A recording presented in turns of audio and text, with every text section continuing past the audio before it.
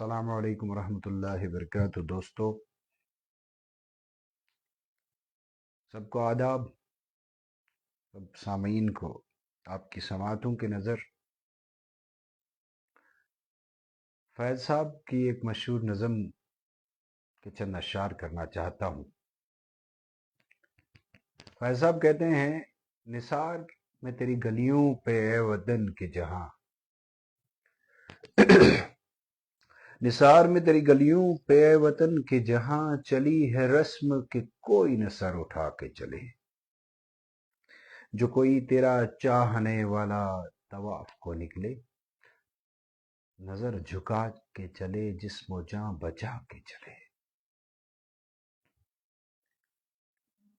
10 دن کے black out کے بعد آج انٹرنیٹ کی سروسز ضلع ڈوڈا میں بحال ہوئی تو تھوڑا سا سیملنس جو ہے لوگوں کو فیل ہوا، ایک قسم کی ریسٹوریشن کا۔ نارمل سی تو خیر دور کی بات ہے، یہ پچھلے 7-8 دن یہاں پہ لوگوں کے کیسے گزرے ہمیں اس کا اندازہ بھی تھا اور اس کو دیکھ بھی رہے تھے۔ یہ سارے کا سارا علاقہ جو ہے یہاں پہ مزدور طبقہ رہتا ہے اور غریب لوگ رہتے ہیں۔ ٹاؤن شپ میں تھوڑی سی لمیٹڈ پاپولیشنز ہیں، لیکن جو میجورٹی ہے وہ ایسے لوگ ہیں جو اپنی دن کی کمائی پہ، جسے ڈیلی ویج کہتے ہیں، اس پہ اپنے گھر کا گزر بسر کرتے ہیں، چاہے وہ کوئی پھڑی لگانے والا ہو یا مزدوری کرنے والا ہو یا کوئی آٹو چلانے والا ہو یا کوئی اور جو ہے کیب چلانے والا ہو، کوئی ٹیکسی ڈرائیور ہو، کوئی سومو ڈرائیور ہو۔ غرض یہ کہ ہر قسم کے لوگ جو ہیں ان کے جو ہے گھر کا چولہا جو جلتا ہے دن بھر کی مزدوری پہ جلتا ہے، لیکن 7-8 روز ان کی زندگی بھی ایسے وقت سے گزری کہ جب انہیں روک دیا گیا کہ وہ اپنی مزدوری بھی نہ کریں۔ لیکن میرے ذہن میں ایک سوال جب سے ہی اٹھ رہا ہے، آخر یہ سب کیوں ہوا؟ یہ سب کیوں کیا گیا؟ کیا قصور تھا لوگوں کا؟ کس چیز کی سزا دی گئی تھی لوگوں کو؟ بھائی، ایک ڈیموکریٹک پروسیس جو ہے بڑی مشکل سے یہاں انیشیٹ ہوا سپریم کورٹ کی انٹیلیجنس کے بعد۔ ہم سمجھتے تھے کہ لوگوں کو تکلیف ہے، وہ یہاں پہ کسی قسم کی ڈیموکریٹک انسٹیٹیوشن کو ریسٹور نہیں کرنا چاہتے، ڈیموکریسی کو یہاں قریب نہیں آنے دینا چاہتے، لیکن پھر بھی سپریم کورٹ نے کہا اور وہاں پہ جو ہے انڈرٹیکنگ بھی دی گئی کہ سپٹمبر 2024 تک آپ الیکشن کریں گے۔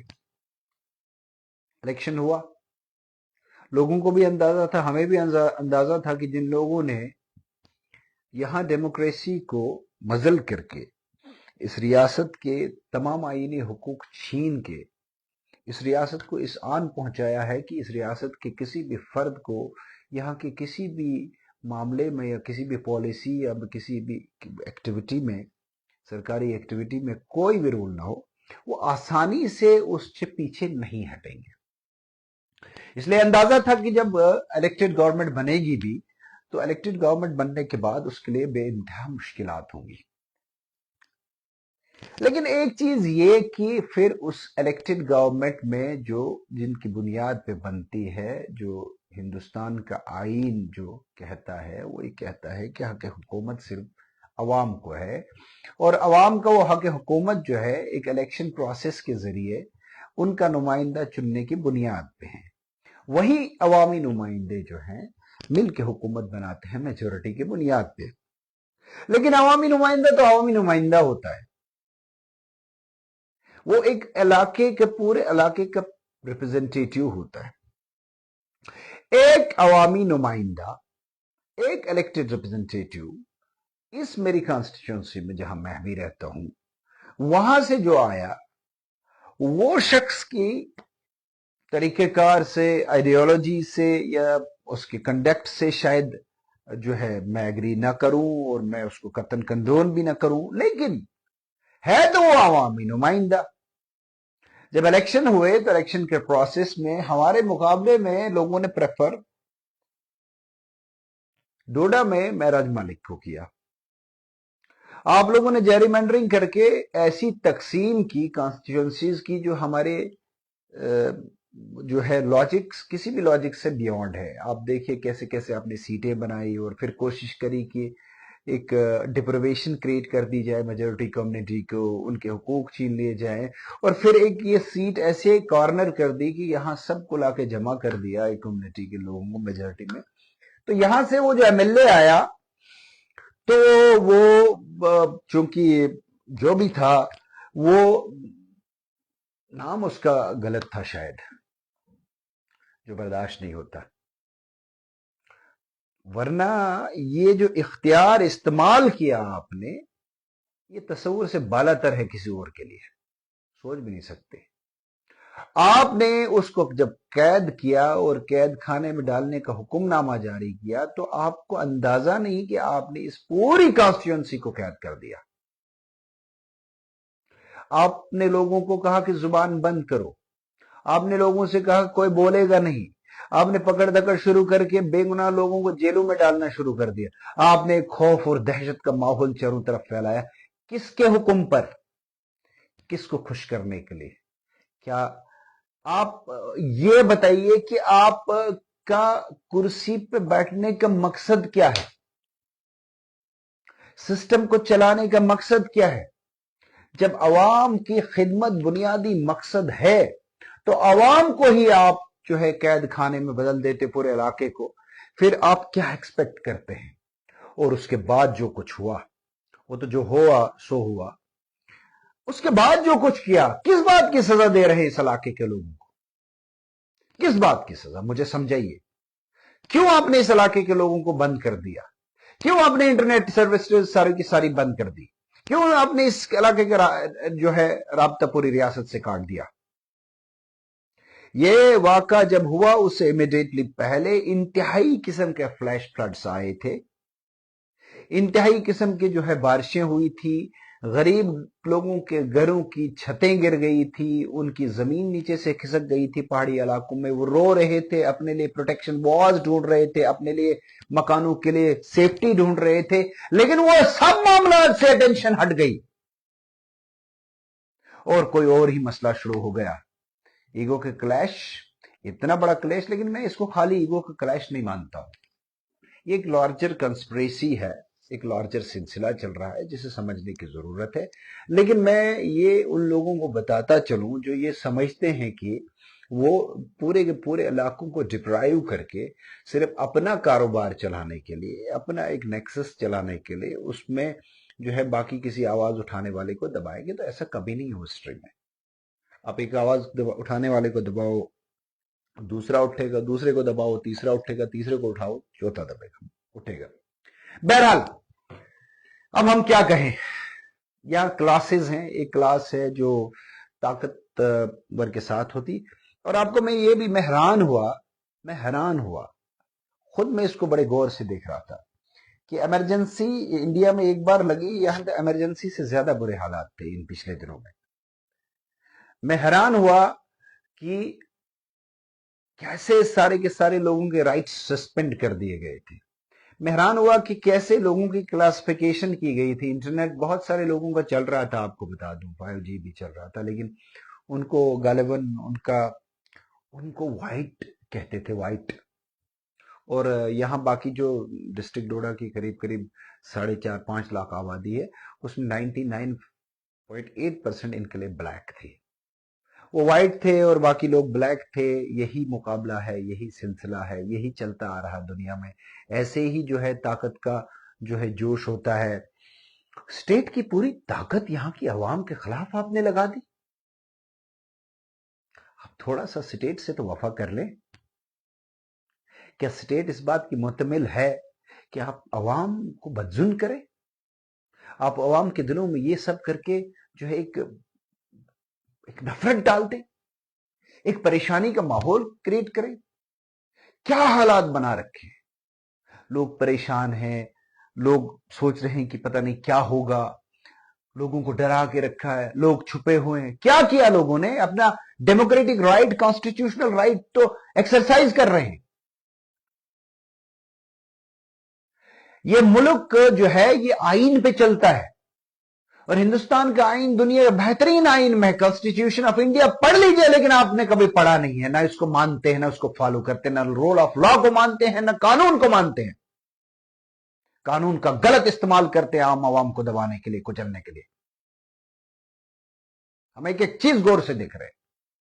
आप आवाम के साथ ये सलूक नहीं कर सकते, लोगों के साथ ये सलूक नहीं कर सकते।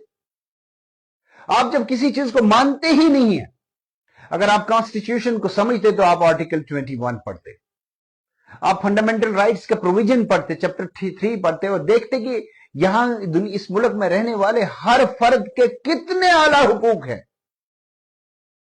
लेकिन नहीं, ये जो माहौल क्रिएट किया जा रहा है, ये जो मैसेजिंग हो रही है और ये जो बताया जा रहा है कि नहीं, एक जमात जो ताकत में है, जो दिल्ली में हुकूमत करती है, उस जमात की मर्जी के मुताबिक जिसको हाँ रहना हो रहेगा, नहीं रहना होगा नहीं रहेगा, वही जो उनका नारा है, और पूरी मशीनरी उसके लिए इस्तेमाल हो रही है और लोग समझते हैं इस चीज को। बहरहाल अभी जो सूरत हाल है वो ये है कि लोगों को किसी किस्म के पीसफुल प्रोटेस्ट करने से भी रोका गया। चलिए, आपकी मर्जी, ताकत है। अभी लोग जो है इस वक्त, मैं थोड़ी सी इस सिलसिले में बात करना चाहूंगा कि मैं जो है महराज साहब जो है, महराज मलिक साहब, वो जो पीएसए में डिटेन है, मैं उनका काउंसिल भी हूं, तो आज दिन में काफी अजीब किस्म के एक कंफ्यूजन क्रिएट करने की कोशिश की गई पूरे दिन मीडिया में, जिससे उनके फॉलोअर्स और उनके चाहने वाले और बाकी अवाम के दिन में एक अजीब किस्म की बेचैनी थी। मैं थोड़ी सी क्लैरिफिकेशन देना चाहता हूं उस चीज को लेके, अगर आप जो है समझना चाहते हैं इसको। देखें, महराज मलिक साहब को जो है वो पीएससी में डिटेन किया गया है, public safety act. Public safety act जब इनिशियली बना था तो ये सिर्फ टिम्बर स्मगलर्स के लिए बनाया गया था कि यहाँ के जंगलों को बेदर्दी से काटा जा रहा था और तबाही हो रही थी, एनवायरमेंटल प्रोटेक्शन के लिए बनाया गया था। बाद में इसको अमेंड किया गया, जो भी है। उस लॉ का जो प्रोविजन है वो ये कहता है कि अगर जो है एक अथॉरिटी गवर्नमेंट को लगता है कि फलानी आदमी थ्रेट टू द पीस है, to the people, public safety act, लफ्ज ही क्या है, पब्लिक को सेफ्टी देना। इस एक्ट का इस वाकये के बाद उल्टा ही असर हुआ। पब्लिक को क्या सेफ्टी देनी थी, पब्लिक को ही धकेल दिया गया दीवार के साथ। हमारा सवाल यह बनता था कि क्या पब्लिक सेफ्टी एक्ट एक पब्लिक के इलेक्टेड नुमाइंदे पे लग सकता है? ये परवर्टेड टर्म है, ये परवर्स है इस कॉन्सेप्ट के साथ ही कि एक अवामी नुमाइंदे को आप पब्लिक सेफ्टी एक्ट के तहत बंद करें। ये अनथिंकेबल, मैंने परसों भी कहा था, छोड़िए। अब मैं ये बताता चलूं कि एक जो इस सिलसिले में जो वकला की जो एक वकला जो एंगेज हुए थे, वकला साहिबान, उनकी जो टीम बनी थी, उस टीम में हमारे एक कलीग थे जो निर्मल कोतवाल साहब, जो जम्मू बार एसोसिएशन के प्रेसिडेंट भी थे। उन्होंने आज जो है कहा कि वो ये मुकदमा नहीं लड़ेंगे, तो उसको इतनी बड़ी खबर बना के पेश किया गया, पता नहीं क्या हो गया, कुछ नहीं हुआ। वो भी एडवोकेट हैं, हम भी एडवोकेट हैं, और यहाँ सैकड़ों वकील हैं और बहुत शानदार टॉप लीगल लुमिनरीज हमारे स्टेट में। वकील एक भी काफी होता है केस लड़ने के लिए, टीम की जरूरत नहीं होती है। He should know his case better and he should know how to put it in the honorable court. और इंसाफ का जो अदारा है ऑनरेबल कोर्ट, जो बेडरॉक है हमारा कॉन्स्टिट्यूशनल सिस्टम का, वहां जो है पूरे इंसाफ के तकाजे पूरे होते हैं। ये जो आज सेंसेशन क्रिएट करने की कोशिश की गई और ये खबर फैलाई गई कि पता नहीं क्या हो गया कि कोतवाल साहब अलहदा हुए, और फिर वो जो मीडिया हाउसेज सो कॉल्ड और वो जो चैनल्स सेंसेशन क्रिएट कर रहे हैं, big setback to the prospect, अब पता नहीं क्या होगा। सर सुनिए मेरी बात, कोई फर्क नहीं पड़ता इससे। कल को मैं उनका वकील नहीं रहूंगा, कोई फर्क नहीं पड़ता है। There is a battery of lawyers which are available. They can engage it. और राइट टू डिफेंस जो है फंडामेंटल राइट है किसी भी शख्स का, किसी भी फर्द का, किसी शख्स पे जितना भी बड़ा, कितना संगीन इल्जाम क्यों ना हो, कितना बड़ा संगीन इल्जाम क्यों ना हो, उस शख्स को भी राइट टू डिफेंस है, और अगर उससे आप राइट टू डिफेंस छीनेंगे तो आप उसके खिलाफ अदालत में कार्रवाई चला ही नहीं सकते। ये आर्टिकल 21 और एक constitution right to defence is a constitutional fundamental right of an individual. ये कौन सा एनवायरमेंट और कौन सी कहानियां बताने की क्या कोशिश की जा रही है कुछ अरसे से कि लोगों से राइट टू डिफेंस छीना जाए? नहीं, this is not an Indian constitution. जो भी इसके अगेंस्ट खड़ा होगा, चाहे जिस भी अदालत ताल्लुक रखता हो, वो बेसिकली इंडियन कॉन्स्टिट्यूशन को परवर्ट करने की कोशिश करता है, कॉन्स्टिट्यूशनल वैल्यूज को सबोटाज करने की और फंडामेंटल राइट्स को सबोटाज करने की कोशिश करता है। जो भी होगा, कहीं से भी होगा, हमने कई केसेस में देखा ऐसे मामला तो होते हैं कि दबाने की कोशिश कर रहे हैं, ये एक्सपेक्ट कर रहे थे कि वकील जज बन जाए। क्यों? वकील तो वकील है, उसका काम है अपने क्लाइंट के केस को देख के उसको प्रोटेक्ट करना। प्रिविलेज कम्युनिकेशन होती है वकील और क्लाइंट की, जिसके ऊपर कोई सवाल नहीं उठा सकता कि with regard to the case आपस में क्या बात हुई। तो ये बड़ा नोबल प्रोफेशन है, आप बेफिक्र रहिए। अगर कोई भी वकील साहब इससे बैकआउट करते हैं तो उस केस के प्रोस्पेक्ट पे कोई फर्क नहीं पड़ेगा, वो अपने मेरिट पे लड़ा जाएगा, उसकी जरूरत पड़ेगी। फिलहाल अभी भी सिचुएशन ये है कि जो उनको जो पीएससी का वारंट दिया गया है, उस पीएससी के वारंट में जो है 12 दिन का जो पीरियड है गवर्नमेंट का, अभी वो एग्जॉस्ट नहीं हुआ है, अभी गवर्नमेंट ने अप्रूव भी नहीं किया उसको। हो सकता है कि गवर्नमेंट के विजडम प्रिवेल कर जाए, उसको अप्रूव ना करे और ये सारा मामला वहीं हल हो जाए। लेकिन नहीं तो जो ही कंफर्मेशन आती उसके बाद फौरन जो है रिट पिटीशन की जाएगी ऑनरेबल हाई कोर्ट में, और जो है इस मुकदमे को, और इस मुकदमे में इस डोजियर में उस पैसे में सिवाय ताकत के गलत इस्तेमाल के कुछ भी नहीं है। मैं आपको बताता चलूं, हमने इसको गौर से देखा है, ये सस्टेन नहीं करता in the security of the law, ये कॉन्स्टिट्यूशनली सस्टेन नहीं करता है ये पीएसए, हो भी नहीं सकता। लेकिन मैं इसके साथ एक और चीज कहूं कि महराज साहब पे पीएसए लगा तो बहुत बड़ा जो है तूफान खड़ा हो गया, चूंकि वो पब्लिक नुमाइंदे हैं और पब्लिक नुमाइंदे पे नहीं भी लग सकता। लेकिन आपको ये भी बताऊं, आपकी नजर में नहीं, सैकड़ों बेगुनाह लोगों को पीएसए लगा के डिटेन किया जाता है आए दिन। इसी डिस्ट्रिक्ट में कई लोगों को किया। आपके ठाठरी से एक है, इन्हीं के साथी थे मेरे ख्याल में इलेक्शन में, उनका कोई जिक्र तक नहीं करता, 6-8 महीने से वो पैसे में बंद है। उनका रफी साहब नाम है, मुझे नहीं लग रहा उनका क्या कसूर था, किस बुनियाद पे उनको भी लगाया था। मैंने तो ये सुना था कि उनका कोई झगड़ा होता था वहां थानेदार के साथ रेत को लेके, कि सैंड का कोई मामला था, वो सैंड का कोई बड़ा माफिया चलता, बड़ा पैसा हैंड उधर इधर होता था, उसको लेके उन्होंने कोई बहुत बड़ा झगड़ा किया था। आहिस्ता आहिस्ता उसी बुनियाद पे डोजियर बनाया गया और उनको डिटेन कर दिया गया पीएसए में। ऐसे कई और लोग हैं हमारे डिस्ट्रिक्ट में। अभी पिछले दिनों ऑनरेबल हाई कोर्ट ने 3 या 4 डिस्ट्रिक्ट डोडा के ऐसे लोगों को, बेगुनाह लोगों को, जिनको पीएसए में डिटेन किया गया था, क्वाश किया। तो मेरा कहने का मतलब यह है कि इस तरफ भी ध्यान देने की जरूरत है कि ये आए दिन जो बेगुनाह लोगों को बगैर प्रोसेस ऑफ लॉ के डिटेन किया जाता है, इसका चेक होना चाहिए। ऐसा मत करिए, मत किया करिए लोगों के साथ। एक due process of law adopt कीजिए। किसी ने कोई जुर्म किया है, किसी ने कोई गलत किया है, उसका एक बाज़ाब्ता तौर एक निजाम, एक प्रोसेस है इस मुल्क में। उसमें एफआईआर लगती हैं, उसमें आप जाइए कोर्ट में, जाइए चालान लेके जाइए, साबित कीजिए, मामला खत्म। लेकिन आप जब ये रास्ता, बेसिक रास्ता छोड़ के एक ऐसा रास्ता लेते हैं जो बिल्कुल अनएक्सेप्टेबल है एक डेमोक्रेटिक सेटअप में या कॉन्स्टिट्यूशनल डेमोक्रेसी में, तो आप इनफैक्ट जो है वो अपना डिस्ट्रस्ट दिखा रहे हैं प्रोसेस ऑफ लॉ को। रूल ऑफ लॉ के लिए आप अपनी कंटेम्प्ट दिखाते हैं। आपको यकीन ही नहीं है कि आपके जो मुकदमे हो दुरुस्त हैं या सच्चे होंगे, इसलिए ये सब करते हैं। देखिए, हम कानून नाफिज करने वाले अदारों का एहतराम करते हैं, वो हमारी ड्यूटी है, लेकिन उन्हें भी लोगों के हुकूक का एहतराम करना चाहिए और करना पड़ेगा। वरना अगर लोगों के दरमियान और इदारों के दरमियान जो है एक वो जो है एक डिस्टेंस क्रिएट हो जाए, एक वेज क्रिएट हो जाए, तो वो जनरली ठीक नहीं होता हमारे लिए।